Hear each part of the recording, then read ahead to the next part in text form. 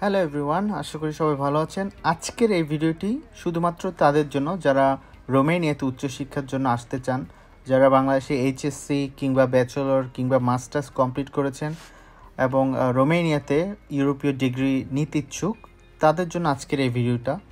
তো রোমেনিয়াতে আপনি কেন আসবেন, কি কি ফ্যাসিলিটিস, আজকের এই ভিডিওতে আমরা বিস্তারিত জানাবো। তো রোমেনিয়াতে আপনার শুধুমাত্র একটাই সেশন থাকে, সেটা হচ্ছে সেপ্টেম্বর সেশন। তো আপনাকে সেপ্টেম্বর সেশনের মধ্যে আবেদন করতে হবে। বেশিরভাগ ইউনিভার্সিটি এপ্রিল থেকে স্টার্ট করে, বাট কিছুদিনের মধ্যে এগুলা সিট ফিল আপ হয়ে যায়, এজন্য আমাদের দ্রুতই আবেদন করা উচিত।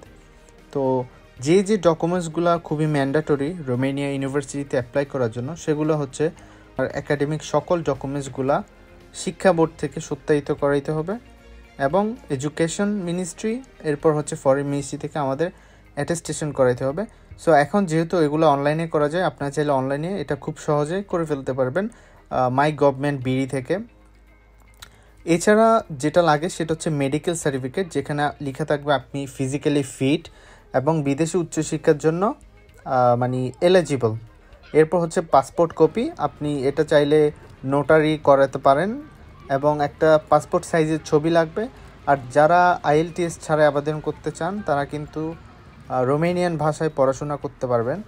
তো 1 বছর এখানে প্রিপারেটরি হয় এবং 1 বছর যখন আপনি প্রিপারেটরি শেষ হবে, মেন প্রোগ্রামে আপনি চাইলে চেঞ্জ করতে পারবেন। সেক্ষেত্রে আপনি চাইলে প্রিপারেটরি ইয়ার শেষ করার পরে আপনি চাইলে ইংলিশ প্রোগ্রামে এনরোল করতে পারবেন।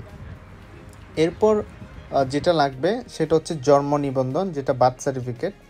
এইসব ডকুমেন্টস থাকলে আপনি খুব সহজে রোমেনিয়াতে আবেদন করতে পারবেন। এছাড়াও যেটা লাগবে সেটা হচ্ছে অ্যাপ্লিকেশন ফি। আপনাকে নির্দিষ্ট ইউনিভার্সিটিতে নির্দিষ্ট পরিমাণ অ্যাপ্লিকেশন ফি আপনাকে দিতে হবে। তো যারা রোমেনিয়াতে আবেদন করতে ইচ্ছুক, আপনারা চাইলে আমাদের সাথে যোগাযোগ করতে পারেন। ধন্যবাদ।